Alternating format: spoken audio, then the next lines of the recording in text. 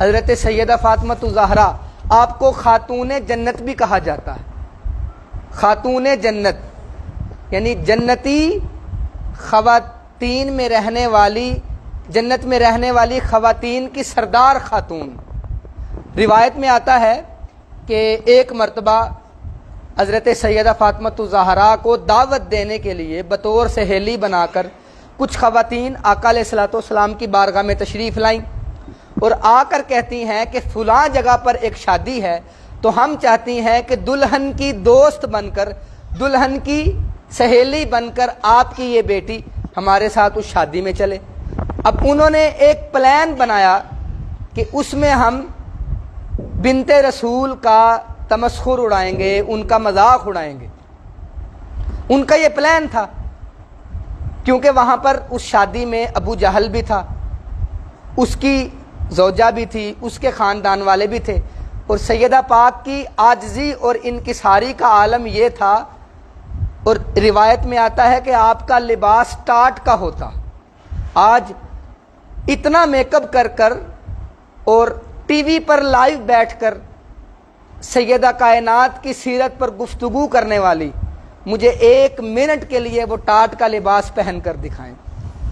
ہم سیدہ کی کردار اور سیرت پر تو بہت گفتگو کرتے ہیں، مگر عملاً کوئی بھی بات ہم سب کے اندر کلیتاً پوری امت میں نظر نہیں آتی۔ تو انہوں نے یہ پلان کیا کہ وہ سیدہ کو بلائیں گے اور وہاں پر ان کا تمسخر اڑائیں گے۔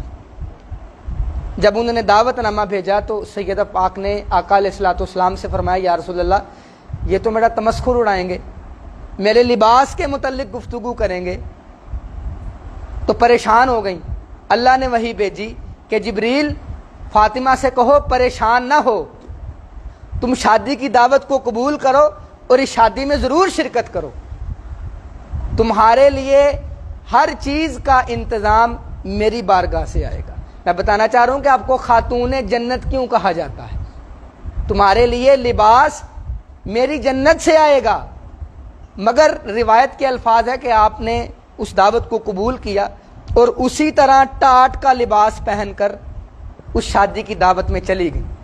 جب ہمارے ہاں تو آج کل میریجز ہال ہیں، اب جب وہ وہاں پر داخل ہوئیں، اب وہ گھر میں تھا یا جہاں بھی تھا، جب اس میں داخل ہوتی ہیں تو وہ جتنی خواتین تھیں وہ اٹھتی ہیں اور اٹھ کر سیدہ پاک کی لباس کا مذاق اڑانے کے لیے، جملہ کسنے کے لیے کھڑی ہوتی ہیں۔